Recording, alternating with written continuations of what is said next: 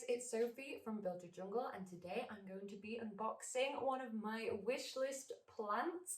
This plant has been on my wish list for so long and I'm so excited, but yesterday I received a parcel and then this happened. It's silver sword, a Florida green, and a mican. So I thought I'd be filming this yesterday, but it actually turned out that my plant has been to Glasgow and I got someone from Glasgow's parcel and then we had to post it onto each other. So I really hope that my new baby is in an okay condition in this box, because it has been in here for like 2 days and in the dark and in sphagnum, and I'm anxious to get her out and sorted out. This Anthurium has been on my wish list for so long. Sometimes you just get really lucky in the Facebook plant groups. It was a really good deal. I got it for £15 and I'm so excited. Let's unbox an Anthurium. Don't do this at home, kids. And I'm being very awkward doing it upside down because I don't want to show my address to everybody.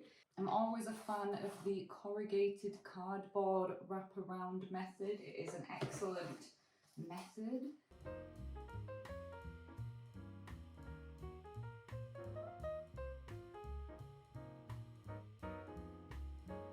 So this is the Anthurium. It's Anthurium polyschistum, and it has these very interesting leaves which resemble, you may notice, cannabis, which is why it's known as false cannabis also, but this is an Anthurium.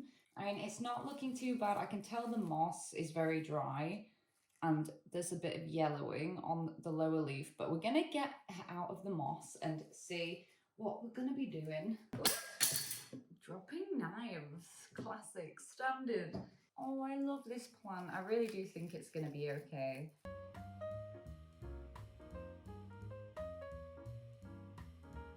Lovely, healthy roots. It is a shame about this leaf. This definitely has enough roots to be potted up, and I got a Soil Ninja order the other day, so I'm going to pot her up in my Monstera and Philodendron mix. But first, I'm just going to go give this plant a rinse down. I realised that I forgot I put this bag of socks in the bath this morning because I have limited storage in my room. I keep socks in a bag. And this morning I saw a giant spider in here and I want to get it out of the bag of socks, but I don't really want to do it now. So I'm gonna be brave.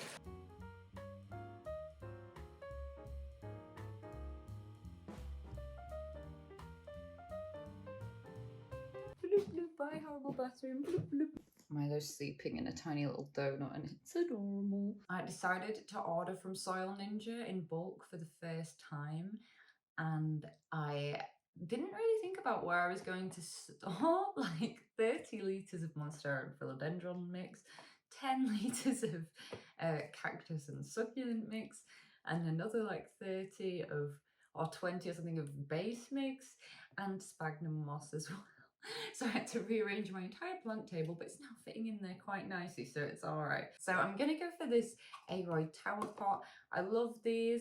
I would, if this was an up potting and not potting up a propagation, I would definitely have gone for a slightly larger pot, especially because it's winter is coming now. I feel like Jon Snow, winter is coming. Because it will be its first time going from sphagnum moss to soil, I'm definitely wanting to go with this pot because it gives it a bit of room, but not too much. Because sometimes when you're potting up a propagation, it's best not to have a lot of excess soil while it's adapting to the substrate, because you can end up with the substrate being too moist and then you end up with that white moldy stuff on the top of the soil more often.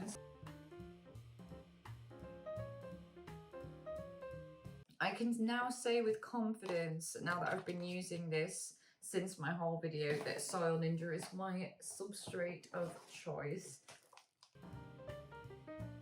And spread them root a bit. Such a cool plant. I love Anthuriums that are something more different and unusual than the typical veiny ones. I used to like the crystallinum and the Clarinervium are definitely the most kind of mainstream Anthuriums, I would say.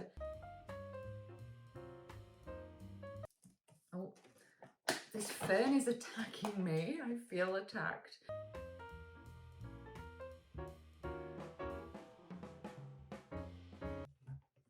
There we go.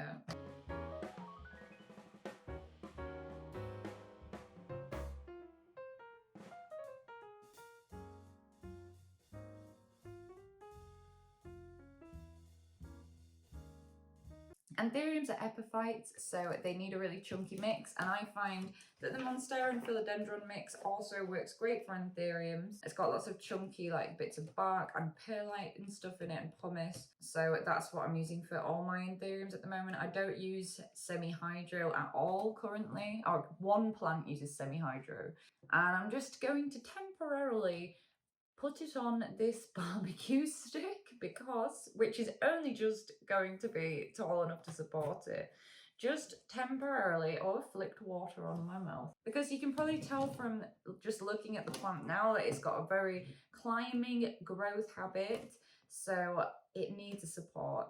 So I'm going to get some plant string and just attach it back like that. I can't believe I'm still on the same roll of string this entire time.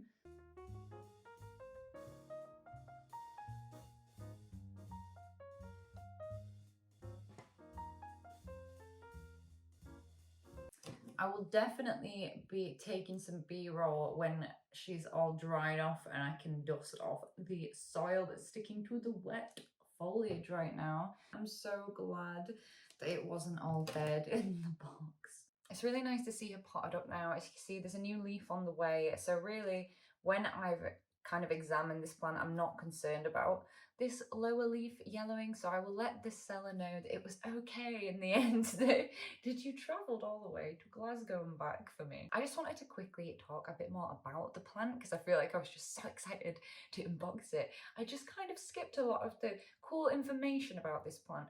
For example, its name. We can always learn a lot of information about plants by their names, and polyschistum stands for, with poly meaning many, which you may know, obviously polyamory, and then schist actually means split leaf, like split into many leaves, which is why it has like 4 to 5 leaflets typically per leaf, and they have these margins as is typical to Anthuriums. Their native range is from Colombia to Ecuador, so they do prefer higher humidity to thrive because obviously they're in a rainforest environment there.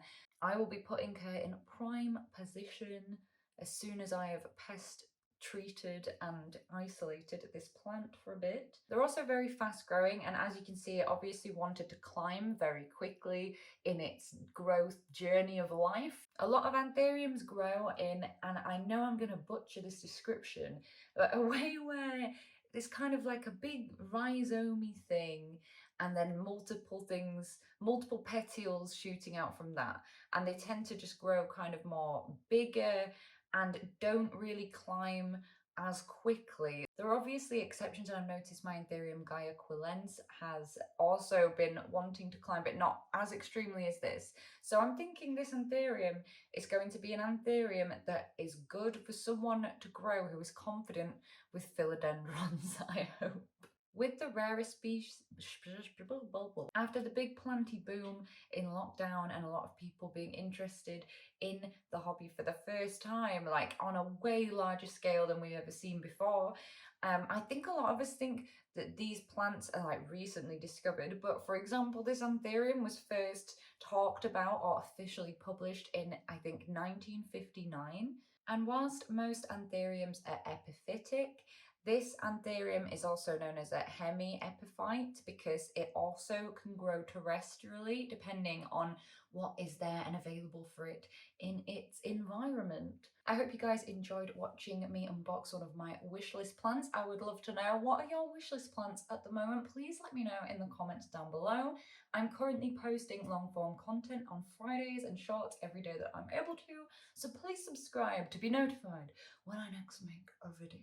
Don't know what this voice is today. Oh, I kicked a box. I also post every day on Instagram. There's all kinds of funky stuff on there. And if you fancy buying some illustrated houseplant art prints, then please head over to my website. It's buildyourjungle.com. And I hope you have a wonderful weekend filled with plenty goodness.